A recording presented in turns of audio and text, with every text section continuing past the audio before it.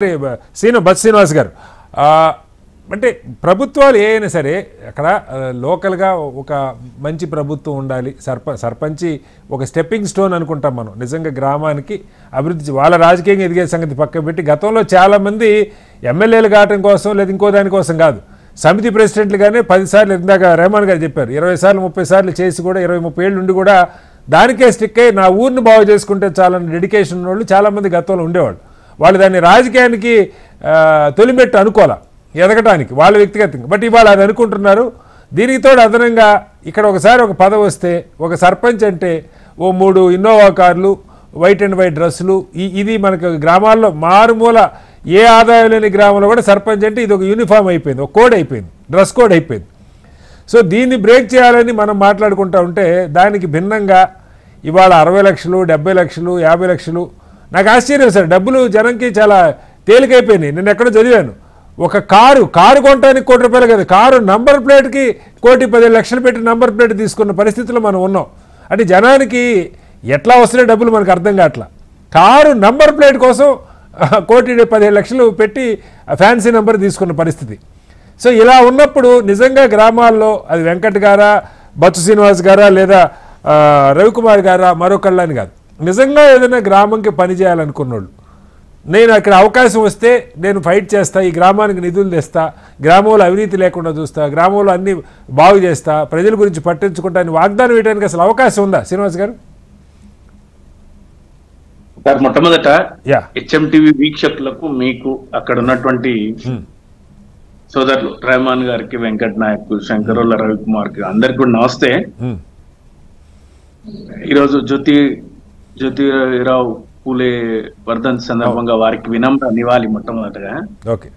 అయితే సార్, నాకు ఒకటి, ఇప్పుడు మీరు ఒక మాట అన్నారు, నాకు నచ్చింది. ఏంటంటే ఈరోజు పార్టీల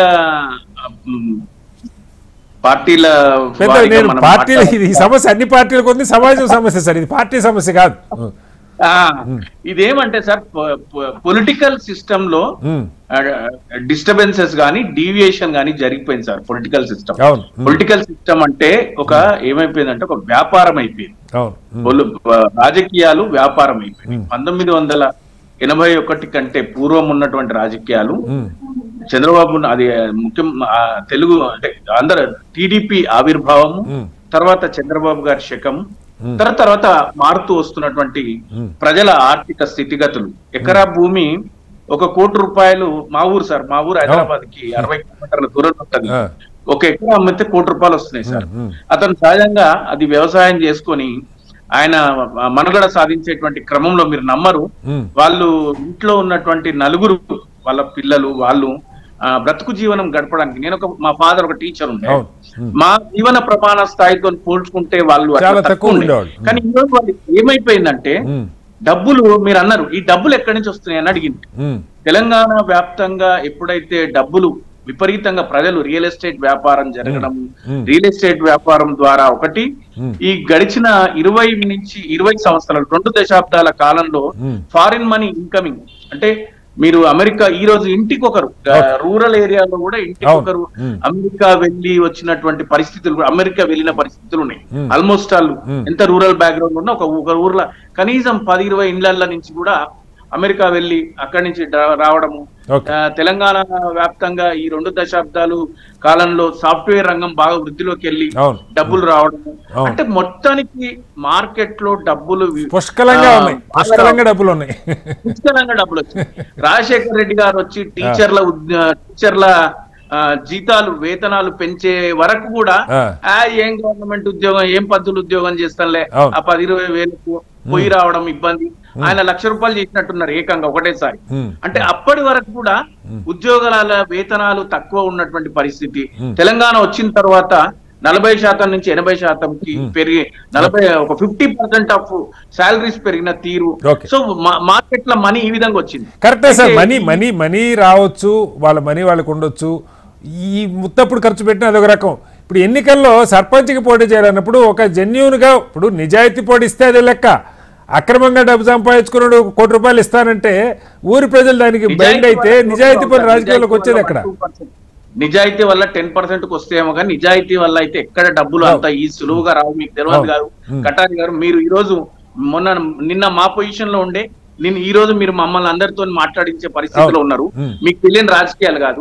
నేను ఏమంటున్నా అంటే రాజకీయాల దృక్పథం మారిన తీరు మనము 3 దశాబ్దాల నుంచి చూసుకుంటే ఏమైపోయిందంటే రాజకీయం అనేది ఒక దర్పము, రాజకీయం అనేది ఒక వ్యాపారం.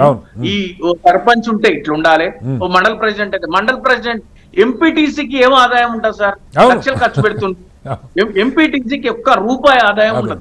ఎంపీపీకి ఏమన్నా ఉంటుందేమో కానీ ఎంపీటీసీ అనే వ్యక్తికి రూపాయి ఆదాయం ఉండదు. అతను పెత్తనం చెలాయించి వ్యాపారం, రియల్ ఎస్టేట్ వ్యాపారం చేసేటోళ్ళు నేను ఎంపీటీసీని అని చెప్పుకోవడానికి, ఆ బండి మీద రెడ్ స్టిక్కర్ అంటించుకోవడానికి తప్ప ఇంకా దేనికి అని. అయితే ఒకటి ఇంట్లో 2-3 అంశాలు మనం మాట్లాడాలి. ఒకటి ఏంటంటే డబ్బులు గ్రామ స్థాయిలో కనీసం 30 లక్షల నుంచి మహేశ్వరం లాంటి ఏరియాలలో ఎకరా 10 కోట్లు, 12 కోట్లు, 15 కోట్లు అంటే ఇప్పుడు మన కాంగ్రెస్ ప్రభుత్వం బృహత్ ప్రణాళికతోని ఈ 2000 చదరపు కిలోమీటర్ల విస్తీర్ణానికి పెంచినప్పుడు ఇప్పుడు చాలా గ్రామాలు దీంట్లోకి వచ్చేస్తున్నాయి. వాటిని మినహాయిస్తే మీరు చూడండి ఎక్కడైనా కూడా సిటీకి 60 కిలోమీటర్ల కొన్ని చోట్ల ₹1 ఎక్కడా లేదు, 100 కిలోమీటర్ల లేదు. అయితే ఈ డబ్బులు ఎకరాలు అమ్ముకొని వచ్చిన డబ్బులు గాని, రియల్ ఎస్టేట్ చేసిన వ్యాపారస్తులు గాని, డబ్బు వచ్చిన తర్వాత మనిషి ఆలోచించేది తన పరిధిలో పవర్ సార్, పవర్ కోసం ఆలోచిస్తారు. ఆ పవర్ రాబట్టుకోవడానికి డబ్బు ఖర్చు చేస్తుంది. ఇంకోటి ఈజీ మనీ కదా, ఈ డబ్బు ఖర్చు పెట్టడానికి ఇబ్బంది. ఇప్పుడు మన కాలంలో అంటే మీరు ఒక 5 సంవత్సరాలు పెద్ద ఉండొచ్చు.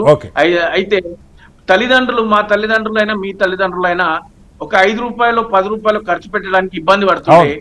ఈ రోజు లక్షల రూపాయలు ఖర్చు పెట్టడానికి ఇబ్బంది పడతలేరు. అంటే డబ్బు వచ్చే తీరు కూడా అట్లా మారిపోయింది. అయితే ఈ అధికారం కోసం మనుషులు గ్రామ స్థాయి నుంచి కొంతమంది రెహమాన్ గారు చెప్పినట్టు కొంతమంది ఆరంగేట్రం కోసం, కొంతమంది అధికారం చెలాయించడం కోసం, కొంతమంది కొన్ని గ్రామాల్లో వెంకట్ చెప్పినట్టు కొన్ని ఆదాయం ఉన్న గ్రామాలలో ఆదాయం పెట్టుబడి పెట్టి తిరిగి వ్యాపారంగా చూసుకోవడం కోసం, కొన్ని గ్రామాలలో అక్కడ డబ్బు అతను బాగా సంపాదించి ఉంటాడు కాబట్టి కనీసం నేను సర్పంచ్ అని చెప్పుకోవడానికి ఉద్దేశంతో ఇట్లా